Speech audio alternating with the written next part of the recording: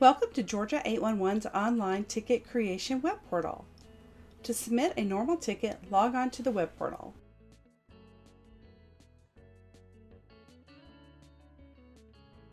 Once you have logged on, then you'll want to go to the top left side and click on Create Ticket option.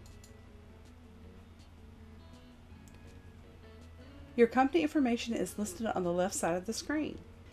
You are allowed to update your information. Any field that is highlighted in gray is not an option to change. If there is a different field contact on each project, you will have to update the information each time you create a ticket. Once you have updated the information, you'll want to click Submit and your information will be updated. You will find the important dates are listed on the left side of the screen under your information. Your legal on date, your expiration date, the respond by date, and you now have an update window. So this is updatable on and by. Next, tell us about your excavation site by entering the appropriate information into the corresponding fields. We have included ghost text on the ticket form to help you navigate. In the work type field, you must choose from the drop-down arrow or manually enter a work type. Remember to list all excavation work types. If your work includes demolition, you will need to contact the gas provider directly. Next, we will fill out the work information questions. You will simply choose yes or no by clicking into the bubble. Will you be using any explosives? Will you be using directional boring? Have you used white paint to indicate the area of excavation? We'll choose yes.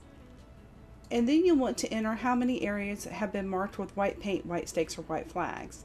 In this case, we'll say we have 2 areas. In the duration field, you have a drop-down that you can choose from as well, or you can enter it manually. Normal tickets must have a duration of 89 days or less. Please contact our contact center if the excavation will take 90 days or longer. This will be considered a large project. When entering the county of your excavation site, you'll want to choose from the drop-down, and you'll need to enter the county before entering a city.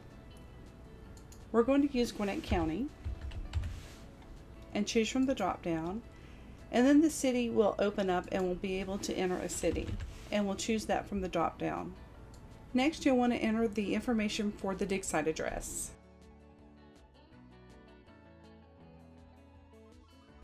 In the cross street field, you're going to enter the nearest cross street or intersecting street that touches the dig site street. Once the address information section is filled out, you will need to use the interactive map to identify the area of your excavation site.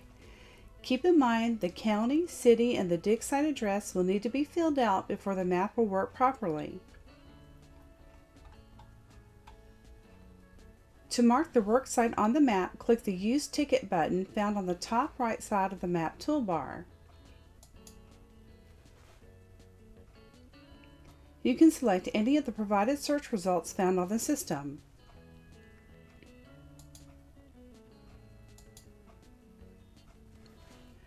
To save the dig site, use the tools found at the top of the map to highlight and mark the dig site.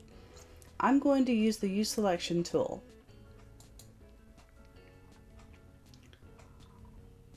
Or you can manually identify the work site on the map by using the Mark Radius, Mark Point, Mark Line, or Mark Area tool. Some other features on the map: you can clear this map, you can use the pan mode to move the map around, you can use the zoom tune feature by dropping the drop down arrow. This will full extend the map. This will use the selected area highlighted. And this will be the coordinates, and you can enter those as well. You can also use the zoom feature, and this is a slide bar at the bottom. You can zoom in and out.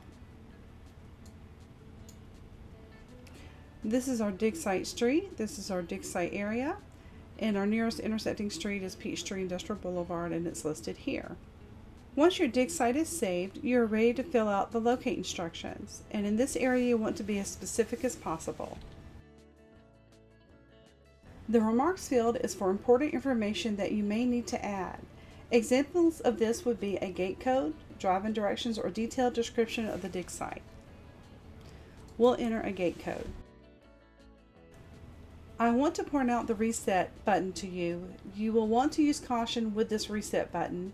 If you click this button, all your information will disappear, so only use this if your situation requires a reset. Once all your information is filled out on the request, you will need to check the information for accuracy. Now that the ticket creation form is completely filled out, it is ready to be submitted for a normal ticket. Go to the top right side and click Submit. You will see a ticket window appear, and your ticket number will be listed. This will also let you know that your ticket was submitted successfully. This is your ticket number here. This is the year, the month, the day, and the ticket number. The list of utility members are listed as well. If you want to enter another ticket, you can click Yes. If you do not need to enter another ticket, you can click No. Keep in mind, if you need overhead protection, you will need to enter a new ticket with overhead as the ticket type. The web portal is available 24 hours, 7 days a week.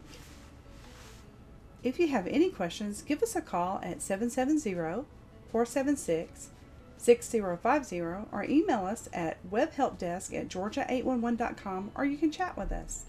Thank you for using the Georgia 811 online ticketing system.